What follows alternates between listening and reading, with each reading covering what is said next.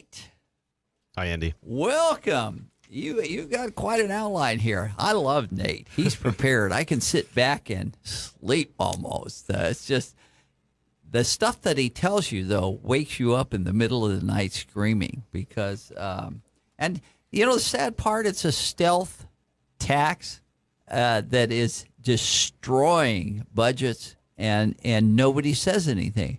We so let's get into this before I upset other people. Okay.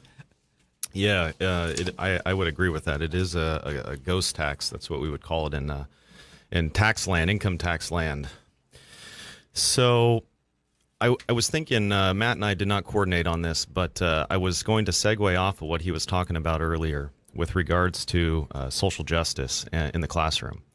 So CalPERS, in my opinion, has engaged in a form of social justice, and they've done this through what's called their divestment strategy. And this is an old strategy, been around since about 1986, and it is, in my opinion, in the opinion of others that I've been researching, a breach of fiduciary responsibility to perform and implement the divestment program. And so specifically, what is divestment? What is fiduciary responsibility? And how do those relate to the CalPERS Board of Trustees? Divestment is where the Board of Trustees has decided not to invest in a specific class or kind of stock, such as tobacco stocks, stocks and firearm companies, things along those lines. And they've made that decision at the trustee level to divest from those equities in order to achieve some social justice goal or aim. And my concern with that from a fiduciary responsibility standpoint is that I believe that's the epitome of a breach of fiduciary responsibility. That is, let me give you an example so that you can understand the severity of this divestment policy. So in 1986, at the beginning, CalPERS Board of Trustees decided to stop investing in anything related to the South Africa apartheid state. So that idea of investing CalPERS money only in investment classes that make the trustees feel good about their politics, while at the same time foregoing their fiduciary responsibility is the concern here. Their fiduciary responsibility, and I was looking up some courses on this. So if you, for example, go to CSUF, Cal State University Fullerton, you can take a class in professional fiduciary management for trustees. And let me give an example, or let me state what that looks like. So they say this is a need for professional fiduciaries. It's increasing.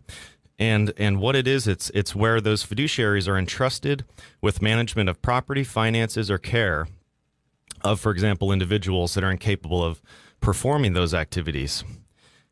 And as a trustee, more specifically, it's carrying out the terms of the trust. Well, what CalPERS is doing is they're foregoing stocks that have historically significant yields. That is, they have great returns on the investment because they're profitable. They're foregoing investment in those, again, for political ends. And that therefore leads to an ever-increasing amount of money that the taxpayers of the state of California have to put into the pension plan because they have to backfill the lack of investment earnings from those stocks. And so, again, I mentioned that I was going to tell you the severity of it. It's in the billions of dollars. So from 1986, CalPERS, this is an article from calpensions.com, dated April 24th, 2017. Since 1986, CalPERS has lost or foregone $7.9 billion in investment earnings because of their choices to not invest in certain classes of stock. Again, like tobacco, like firearm stocks. So I thought that that kind of tied in nicely with what you were speaking to, because if social justice begins in the classroom at university, as those individuals grow up and become leaders in certain organizations, they're bringing that indoctrination with them. And I think that that's leading to problems, because all CalPERS trustees should be doing is seeking the greatest lawful yield that they can, so that the taxpayers have the least amount of money we have to come up with to fund the pensions for the public employees. How have they been able to get away with this? Is it more that it's been stealth? It's just everybody ignores CalPERS and they say it's a separate entity, or they have no control over it, is what they're saying. Well, I think that it's come to a head since the super funding situation. That is, CalPERS had more money than liabilities. Since the super funding situation came to be in about mid-2000s, I think people have scrutinized this situation more. But this is a long 31 years now. Because of wise investment, they had an abundance of revenue that, and that now that they've gone with a social injustice, it's destroyed that. It's kind of like the same graph that you have. Yeah, and it's not to say that it's the full story, but it's a significant component, and we're talking $8 billion. So, excuse me, the total liability right now at CalPERS is something like $170 billion. So this $8.8 billion is not the whole story, obviously, but everything would anything to help offset that 170 would be a benefit. But accumulative, that the value of the dollar back in the original investment days would have significantly expanded the actual value of that $7.9 billion, wouldn't it? Well, it's hard to say, because I couldn't tell you. It's like gold. I couldn't tell you if they factored in the growth and inflation and things like that, and the future values.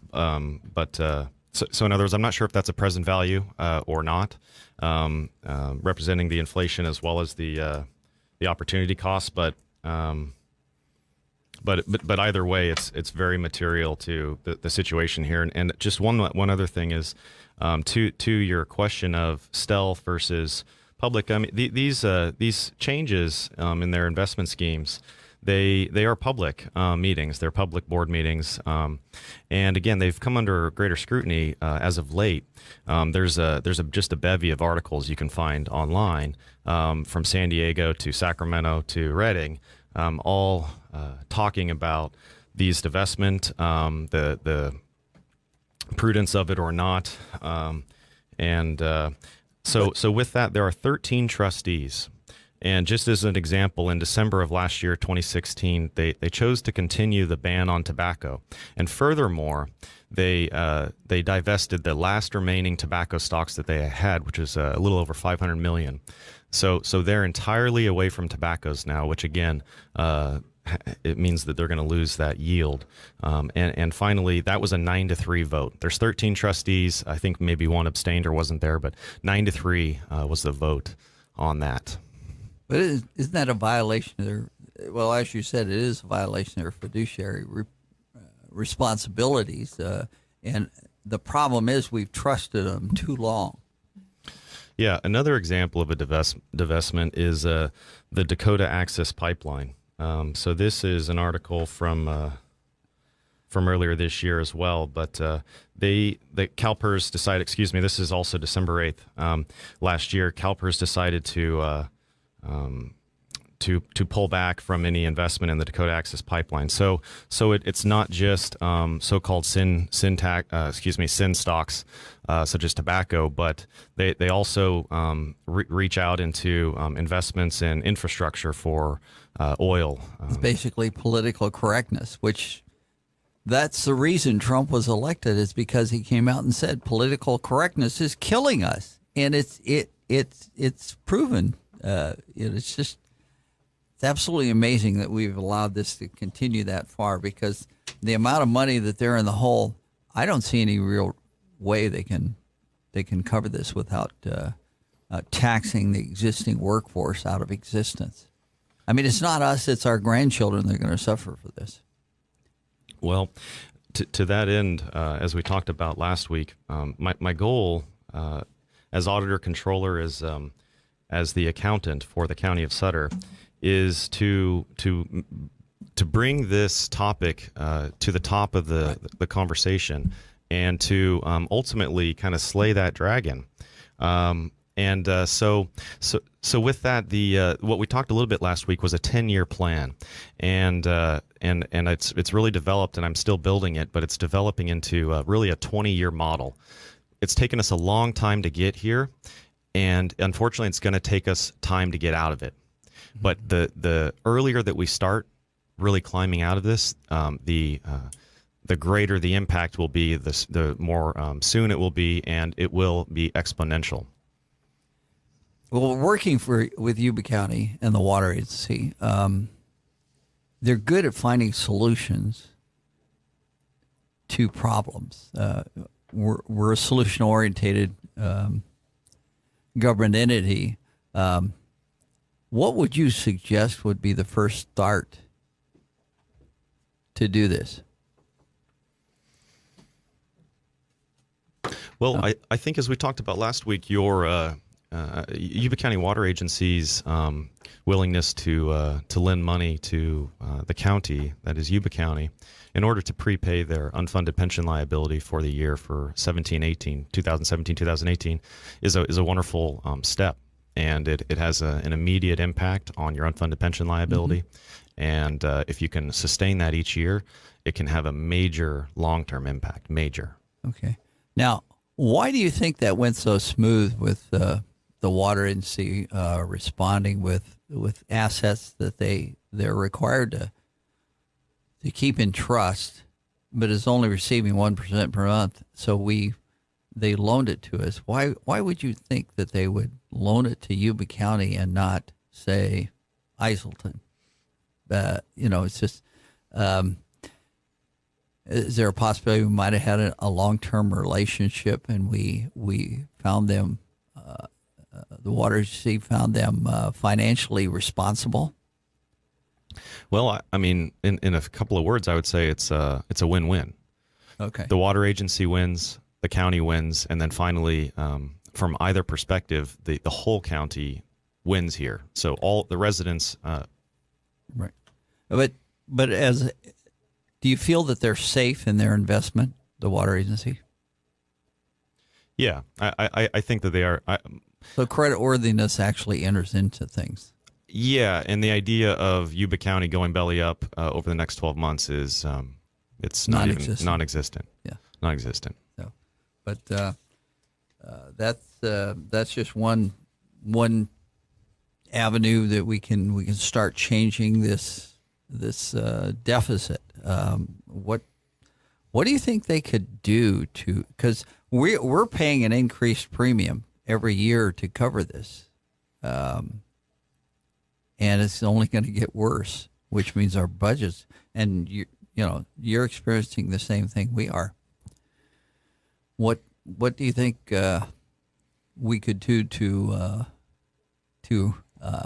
accelerate the reduction in the deficit? The short answer is I think we just need to develop a strong, prudent plan out of this. And I'm not saying that means out of CalPERS. I believe that ultimately the government should not be in the pension program. Mm-hmm. I believe the risk of the return materializing or not on those assets should be borne by the individual, just as it is, generally speaking, in the private sector. It shouldn't be borne on the backs of the taxpayers. That's my personal opinion. But to me, the way out is to meet all of our obligations to the existing employees. We've made a promise to them. They've planned their future on their pension. In Sutter County, we also have Social Security, but as we all know, that generally doesn't produce a whole lot of money. So they are relying upon and planning with that retirement money in mind. It boggles my mind that people expect everything to stay flat and level. Excuse me, the stocks, everything goes up and down, and why would they expect that. I think it's a false sense of security. They're standing around watching the state go upside down and the PERS go upside down, and they don't understand that there's a chance they could have a drop in pay. Why is reality not just a concept? I would say that probably part of that is the history of the public sector being known as the safe bet for employment. You have, on average, lower wages, but greater benefits, and so that's not the case today. It got ingrained but in our system. In the early '70s, when I was working and I was selling insulation in Sacramento, that was the reason for working for the government. Was granted you had had less wages, but you had stability here, and yet we're taking and we want to have stability and high wages, and that just doesn't go. Which brings up the effect of longevity. Our county has a longevity program, and that has been a stealth raise in pay for a number of people, and we've kind of just let it get out of hand. And unfortunately, we're looking at that. Just in one elected position alone, we're talking $45,000 difference between the actual pay, and that's per year. And over a period of time, okay, you got $160,000. That's not a bad addition to a budget. I don't know how many houses we'd have to build to actually get that kind of a return. And of course, that increase also is PERSable, or not increase, but that amount of money that you're speaking to, that $40,000 is PERSable. So it's not just the current impact of the salary, but it's also the long-term impact. Yes, your benefits, Yes. same situation. So. And to the longevity issue, Yuba County has a very different longevity situation than Sutter County.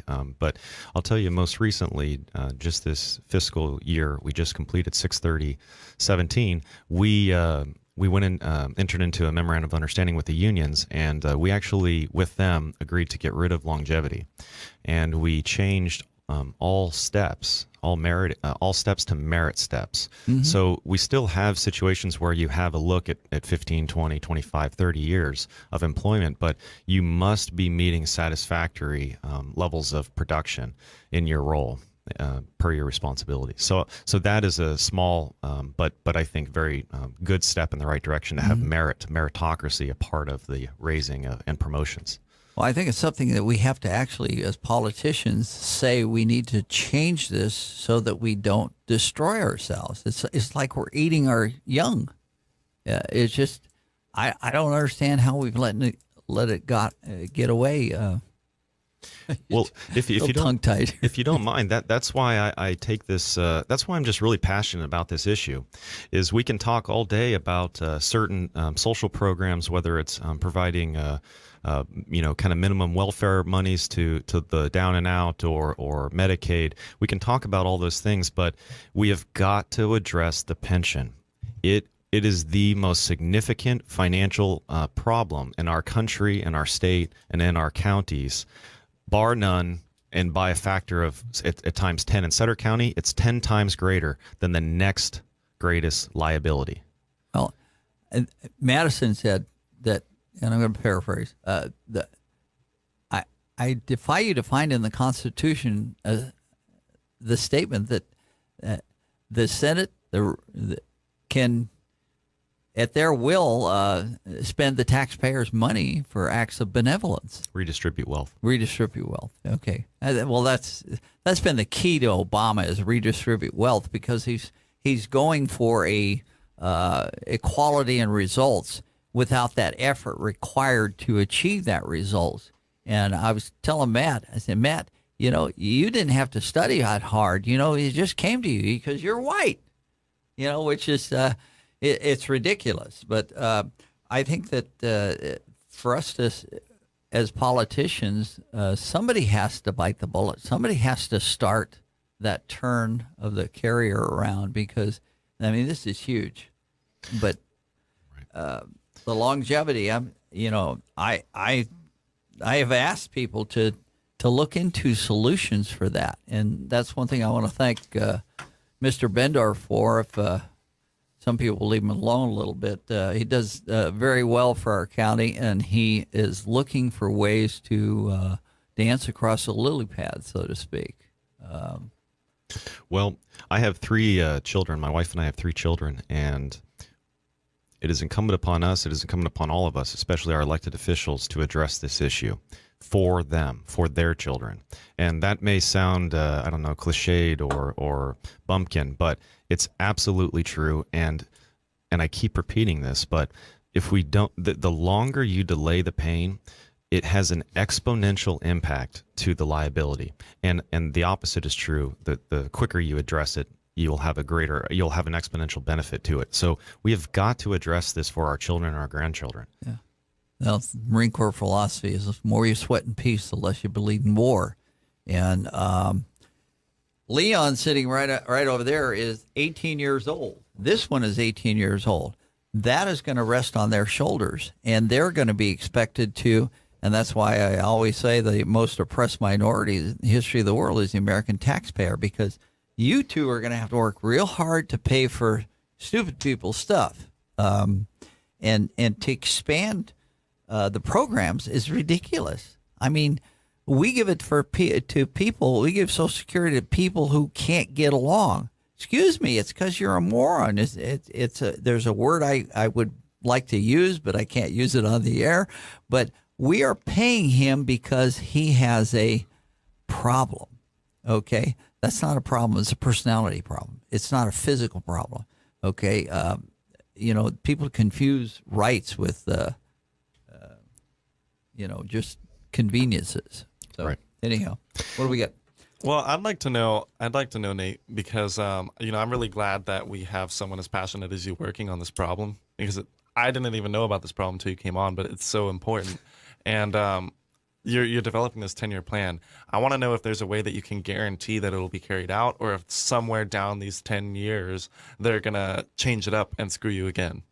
That's a great question, and I've been thinking about that.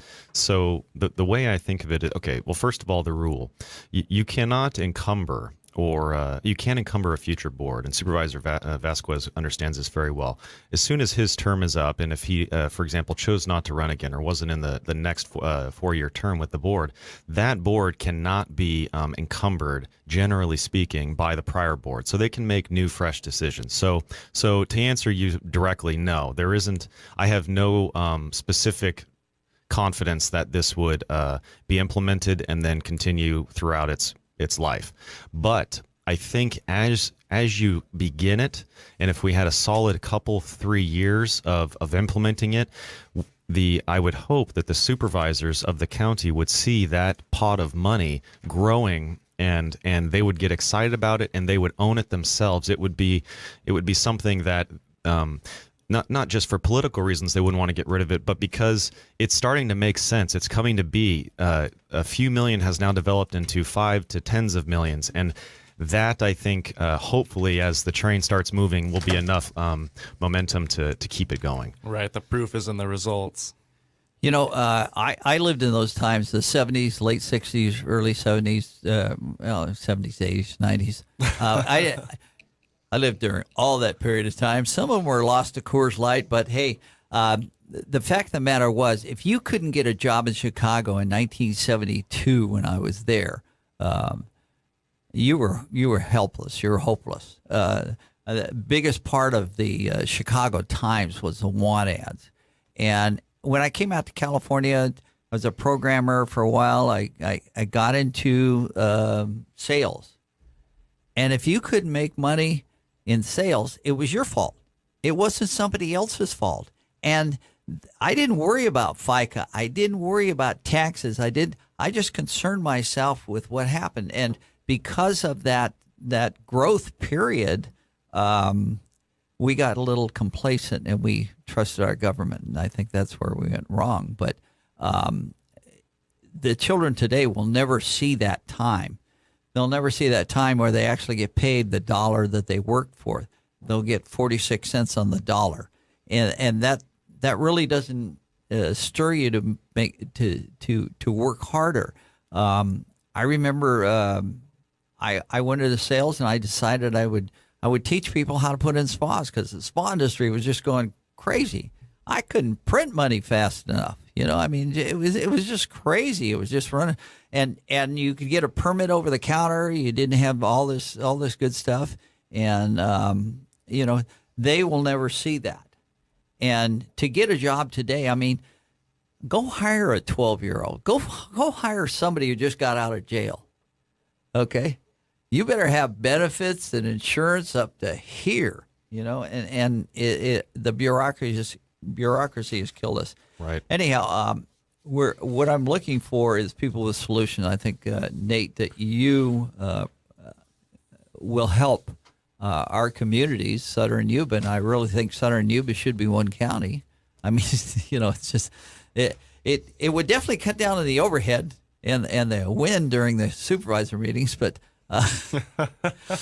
it's ridiculous that you have 5 water districts in Yuba County. Okay, and it's ridiculous that that we spent $450 million on levies, and you didn't hire the director.